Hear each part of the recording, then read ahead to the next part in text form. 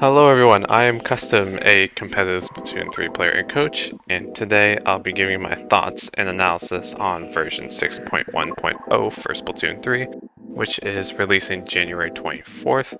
As of this video being uploaded, the update should already be out, and I'll be giving my thoughts on that later. But besides that, this will be a fairly quick one, it's fairly small, and without further ado, I'll say let's get to it. So, trying to mincemeat, I think we already saw this happening with like the posts on Twitter and all that. I've seen videos of the reworks, so some I question completely, some make total sense.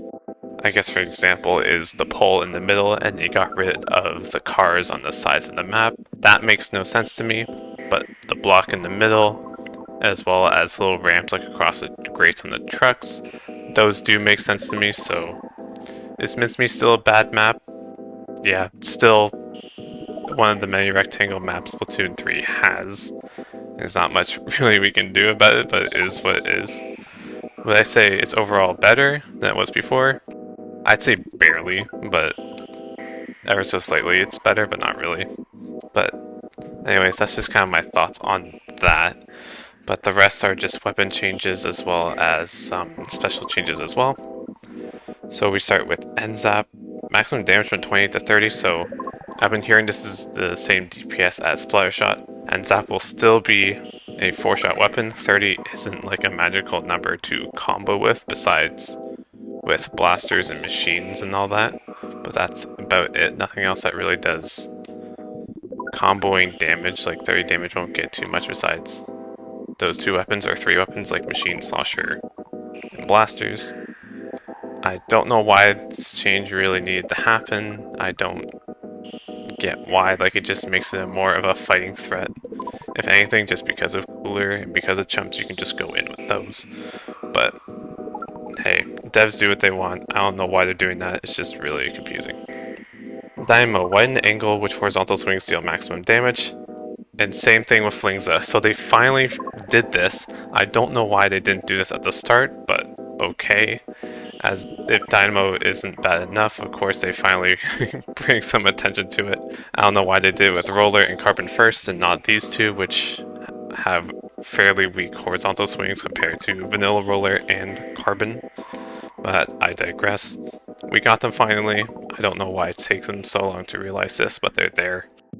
And Flingza also has less widening frames for vertical swings, so hey, you get 5 frames quicker. You recover your ink 5 frames quicker than you did before, so that's always a fun thing to have, but these changes I feel like are weird just because of how long they took and also just how unnecessary they are with NSAP, but it is what it is. Inkbrush Nouveau, increased movement speed. Okay, so you have kind of that main power-up effect from Splatoon 2 back without the main power-up, so it moves a bit faster. And reduced ink consumed on holding ZR, so when running around you consume less ink, which I think is okay. I honestly didn't realize much brush anyways, like it's not much of a problem. It's not like brushes are running around all the time, of course that's what they want to do because they're skirmishing their rat weapons, but personally I don't see too much of a need for this just because rolling doesn't really consume much ink anyways, unless brush players really want to prove me wrong. But it's there, I guess. So that's that. Brella, so Splat Brella and Sorella Brella, the reduced ink consumption when firing a shot by approximately 13. I believe that gives you an extra shot, and also just helps with the shield as well if you do want to deploy it, which I guess is okay. Will it make Brella meta? Probably not, but will it make it less gear dependent? Probably. Like, you don't have to run as much Ink Save Remain, as much as it's nice to have, and if people want to still run it, they can run it, but it's a lot more efficient and a bit less gear dependent, which I guess is pretty nice for Brellas. Undercover Brella, apparently you can jump higher. Again, I honestly don't understand. I don't understand this too much. Just because jumping with Undercover Brella like just distorts your aim anyway. I know it's kind of used as a way to avoid shots and all that, but if you're shooting a massive shield, jumping won't really do too much. It just kind of like distorts your own aim, if anything, in my opinion. But it's there. Again, it's another patch where it's like, it's there, I guess. Let's just deal with it, sort of thing. Squeezer, increase the amount in consumption by 9%. Okay. From the first shot, so when you're tapping the weapon, you'll fire less shots, which is probably what most Squeezer players are going to be doing anyways. And slightly decreased number of spray droplets created. So in the painting mode, you're painting less. So I guess this is kind of like a way to alleviate some of the pressure that Squeezer dishes out, as well as its special output, whether it's with bazooka or screen. So that's kind of nice, like for the weapon, but also makes it kind of like you have to play it more strategically. So you don't want to really go all in just because you don't want to run out of ink, for example, and just kind of be stuck in a tight situation. And you also just can't rely on your Zuka as much, or screen as much. Of course, people can still run gear to compensate for that, but again, that's gear dependency where you could be running other abilities like swim speed, run speed, that sort of thing. Ballpoint, slightly increased scatter shots. Okay, why? It took you this long to figure this out. It was something in Splatoon 2 they fixed, and then now they're talking about it again in Splatoon 3, like in terms of the accuracy. So I guess Ballpoint needs a bit more of intensified action for its accuracy to be normal. Again, it took him this long for no real reason, but it's just another patch where it's kind of there, and you're like, why did it take you this long to do this? It's like Ballpoint was extremely accurate anyway, so may as well make it a bit more gear dependent. Not too much else to really comment on that. Stamper, okay, this is kind of interesting. Reduce the width of spray droplets created by a charge slashes by approximately 10%. So this is coming from, mostly, I want to say the Neo Splatoon Stamper, just because of its paint output and how much it can charge crab. Because a lot of builds run Main Saver Special Charge just for that crab output and just how well it actually paints. So just like Squeezer, it just helps reduce that crab spam or that crab output that it has already. Will it do a shit ton? Probably not, but will it impact it somewhat? Yes. I bet you Splatoon players will definitely see a difference in that. I personally don't play Splatoon too much, so people would probably have to tell me how that feels. But besides the point, again, it's just another patch that's there, but it's nice to have. That's probably like one of the better changes of all the weapons, in all honesty. Like it's just better to have in general. You're not really scratching your head on why they're doing this. Now for specials. Wavebreaker. When placed, enemies will be marked for a short period of time. Okay. So this means like when you throw a Wavebreaker, you're also kind of throwing a point sensor at the same time. Like you throw it down, it's just like a point sensor, and then whoever's in that point sensor is just marked like normal, and then the Wavebreaker just does its own thing. That would be interesting, kind of like for clearing areas. It also kind of gives more, I guess, usage to Wavebreaker, or kind of more strategy of when and where to use it. It's like whether if it's on zones, like for a retake, for example, I think that would be kind of a good idea. Will it make Wavebreaker higher up in tier lists? I honestly would say no, just because people can play around it and people have played around being marked in the past, and it's not too hard and people will understand how to kind of like play safe, like be more risk adverse in those situations if they get marked. Again, that's a huge like if factor. It's like it only works if they get marked, and it's something that people can just easily avoid. So will it be higher up tier list? Probably not, but we'll see. But I totally think it really won't go anywhere.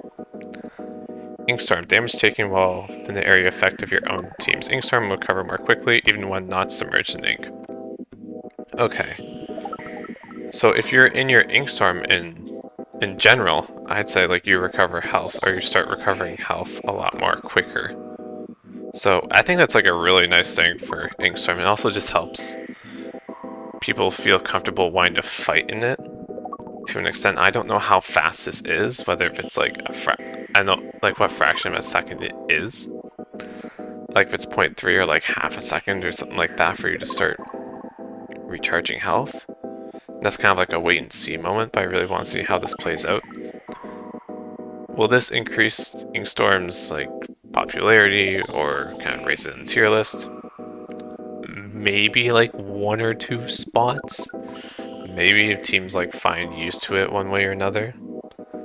But the thing about Inkstorm is meant to kind of be displacement, just get the people out of the way. And if you're in the Inkstorm, people are going to see that you're approaching from the Inkstorm. Like all eyes are going to be on the Inkstorm, and you're going to be seen, you're going to be spotted. So you're going to be a target anyways. I would only see this like as a use, like only used for when teammates are falling back and when they need to recover health quickly. Like mostly like for frontlines who are way up in their opponent's base but just need to retreat. That's one of the few situations I see it being useful in, but kind of like a wait and see sort of thing. And lastly, just point for special changes. Solution Mag from 180 to 170 just makes it more of a rat weapon, if anything. And we finally got Forward Splash Shot Pro off 210p. I don't know why it was that in the first place. It's not like it's getting Booyah Bomb output, and it's not main power up. It's like, oh, it's not that good of a weapon anymore without main power up. So I think they finally freaking realized that. Luna Blaster 180 to 170, not a big deal. I guess it can output a bit more. It doesn't even pay much anyways. Bamboo, finally got your buff Bamboo players, so rejoice, I guess. You got 10 points for special buff, so from 200 to 190, so a bit more whale output, which is alright just because whale has been buffed anyways. Zimmy 200 to 190, not too bad just because it's not even that strong of a weapon anyways at the moment. They finally put Splash Shot to 200. I don't know why they put it back to 190 in the first place. So it started at 200, went to 190 for no reason. Zuka got buffed, it started Zuka spam, and then it takes them however much longer later to put it back to 200, or even like honestly 210. I wouldn't be surprised if they put it at 210 that later patch, honestly. But they found, I don't know why, like this is just a patch that shouldn't have been there anyways. From the start, it should just stay at 200 or even 210. Zap 190, 200 makes sense, just because cooler output is ridiculous, and if you just run a main and a sub with special charge up, that pretty much gives you 170 cooler, and knowing NZap's paint output and all that fun stuff, like that is ridiculous. 170 cooler is ridiculous how fast you can get it. Tri-Saucer 200, 210. I guess because they saw Turf War, I guess I have no clue, but I guess they started to realize cooler is just being a spam. Well, I guess that's kind of what you get when you run, or when you have a support special in a game, it's just going to be spammed. So 210p for Tri Nouveau, I guess makes sense. And Heavy Edit, honestly Heavy Edit I kind of get. I would still be fine if it was 190. It is like picking up popularity a little bit, but I guess 200 just because they're like cooler. Oh, too strong. May as well nerf the weapons that have it and paint a lot, or the main cooler weapons. Which I guess just leaves Pencil, which they've done nothing about, whether if it's paint or it's special output. And we're still going to be trapped in Pencil Hell, so it's going to be a primary cooler weapon compared to NZap Tri and Heavy Edit. Like, will we still see NZap and Tri-Slosher? Oh, without a doubt, like, they'll definitely still exist, but Pencil will just kind of be everywhere for cooler output. But that's all the main patches that are out there for 6.1.0. Of course, I want to hear your thoughts and comments about this patch as well. Do you think it was worth it? Personally, I don't think it is, but I'd love to hear it. I'd love to talk about it. But besides that, hope you enjoyed, and I'll catch you all later.